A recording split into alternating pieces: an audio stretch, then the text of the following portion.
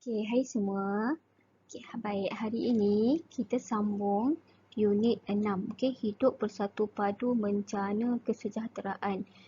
Okey, yang pada minggu lepas, okey, yang saya minta awak salin ialah konsep. Okey, konsep dia hidup bersatu padu bencana kesejahteraan.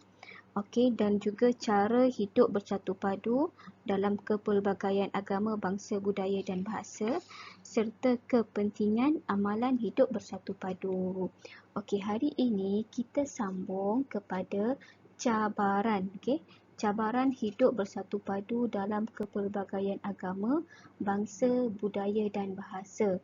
Okey, di muka surat 87 buku teks Pendidikan Moral tingkatan 3.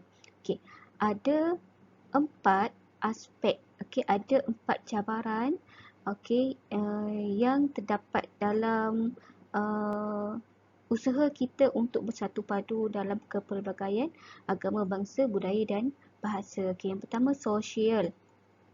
Yang kedua cabaran globalisasi. Yang ketiga cabaran dalam agama dan kepercayaan, dan yang keempat cabaran dalam budaya dan adab resam. Okey, kita tengok satu persatu. Sosial, pemisahan tempat tinggal. Okay, maksud dia kawasan yang diduduki oleh kita terpisah. Terpisah mengikut bahasa, mengikut bangsa sendiri. Contohnya taman ni okey, orang Cina je duduk. Taman satu lagi orang India je duduk. Okey, lepas tu taman satu lagi orang Melayu je duduk. Jadi bila masa nak berjumpa, okey, tempat kediaman tu terpisah menyebabkan tidak boleh bersatu padu sesama bangsa. Okay, yang kedua ialah kesukaran menguasai bahasa Melayu. Okay, ini terutamanya bagi bangsa India ataupun Cina. Okay, macam itulah sebab mereka dah duduk di tempat yang bangsa mereka sendiri, sekolah di bangsa mereka sendiri. Okay, lepas tu tak ada kawan dalam kalangan orang Melayu. Jadi bila mereka nak menguasai bahasa Melayu, tak dapat nak kuasainya sebab mereka tak ada praktis. Okey, yang tiga, suka bergaul dalam kalangan komuniti sendiri. Okey, tak nak bergaul dengan bangsa lain. Okey, dengan tak nak tahu tentang budaya lain. Jadi macam mana dia nak bersatu padu? Okey, kalau suka berkawan dengan kalangan sesama bangsa sahaja. Cabaran kedua ialah globalisasi. Okey, globalisasi ni ialah tengok ledakan teknologi maklumat. Terlalu banyak sekarang ni teknologi maklumat. Okey, banyak apa tu dipanggil media sosial. Okey, media sosial sehingga awak lupa kawan-kawan yang ada di depan mata di sekeliling awak sebab masa banyak dihabiskan di dalam media sosial. Okey, kawan-kawan yang tak kenal, tak pernah jumpa tapi kat situlah awak layan-layan, bercerita, bersembang.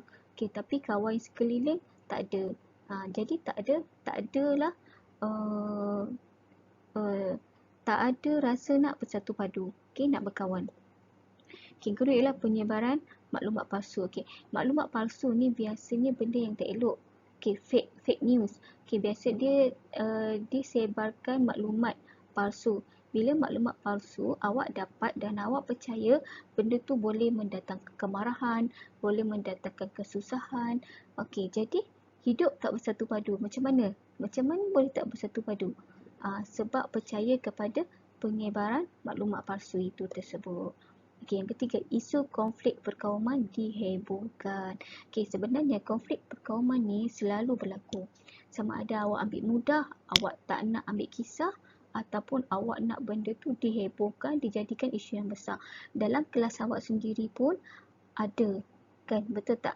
Ada ejek-mengejek sesama bangsa, sesama berlainan bangsa.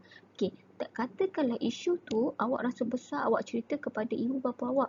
Ibu bapa awak bagi tahu kat sekolah, report kat sekolah, buat report polis.